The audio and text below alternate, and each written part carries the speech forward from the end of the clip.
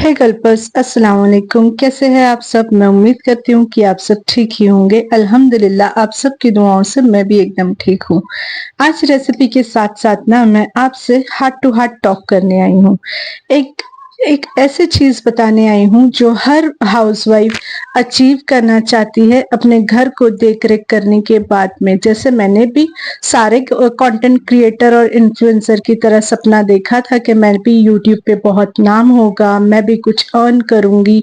Obviously हर कोई YouTube पे आता है कुछ कमाने के लिए। फेम सबसे पहला सपना होता है और फिर होते हैं सब पैसे।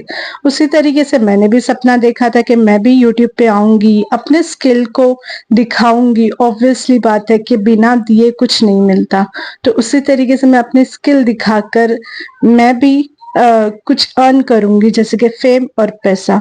लेकिन हाँ, मैंने ये जरूर सीखा है कि बिना मेहनत के कुछ नहीं मिलता।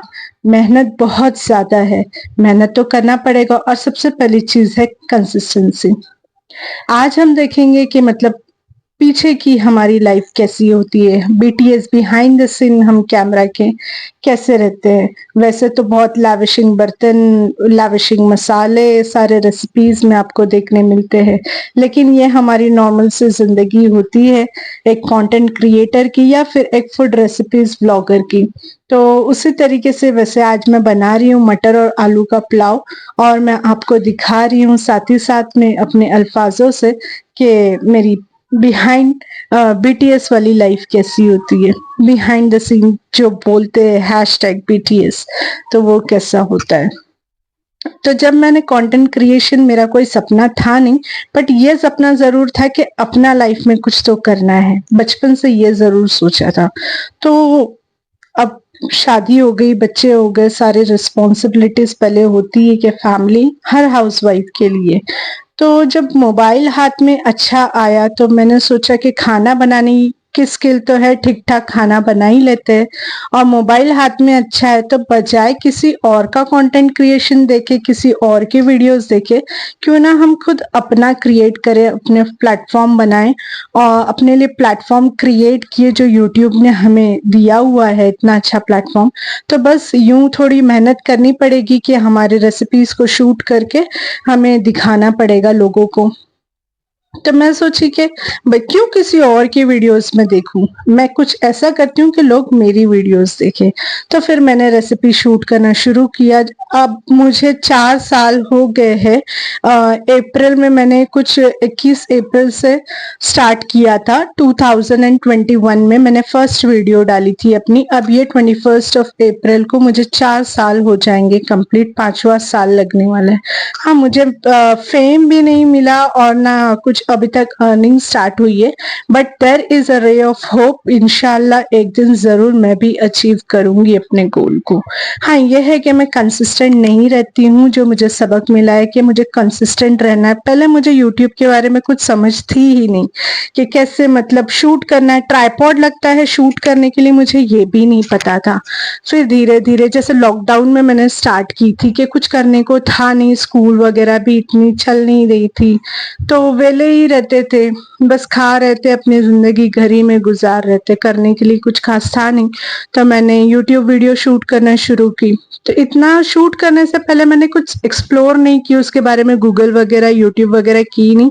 अब बस यूं ही मैंने स्टार्ट कर दी। तो मुझे ट्राइपॉड के बारे में आइडिया नहीं था, तो मैं एक हाथ से मोबाइल पकड़ती थी, एक हाथ से मैं खाना बनाती थी। इस तरीके से मैं अपने वीडियो शूट करती थी।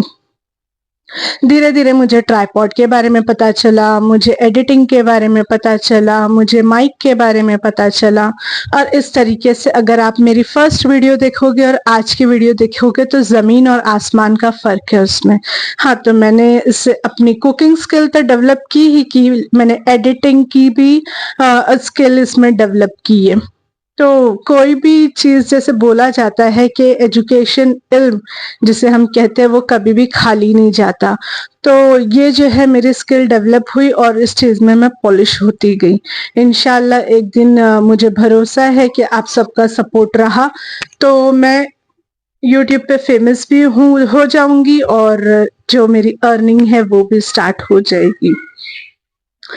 तो ये बिल्कुल भी एडिटेड वीडियो नहीं है, आपको मैं रॉ वीडियो दिखा रही हूँ क्योंकि जैसे मैंने स्टार्टिंग में ही कहा मुझे हार्ट टू हार्ट टॉक करना है और मैं अपना फेस नहीं दिखाती यूट्यूब पे, तो मेरे लिए पॉसिबल नहीं है कि कैमरे के सामने मैं आप लोगों से बात करूँ।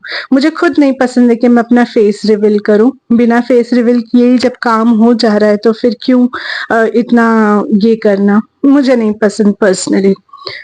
तो करते करते अभी 2005 आ गया है और मुझे ऐसे कोई खास व्यूज भी नहीं आते, लेकिन रेसिपीज में अपनी पूरी 110% अगर आप मेरे प्रोफाइल पे मेरे चैनल पे जाकर चेक करोगे तो जो मेरे वीडियोस देखते, जो मेरे रेसिपीज देखते, वो ऐसे ताज्जुब करते हैं कि इतनी अच्छी अच्छी रेसिपीज डालने के बावजूद, इतनी अच्छी अच्छी वीडियोस डालने के बावजूद कि मतलब इतने कोई खास व्यूज कैसे नहीं आते। अब वो मुझे नहीं पता कि क्यों नहीं आते, लेकिन आएंगे ये जरूर, मुझे गारंटी है, मुझे यकीन है इस बात का।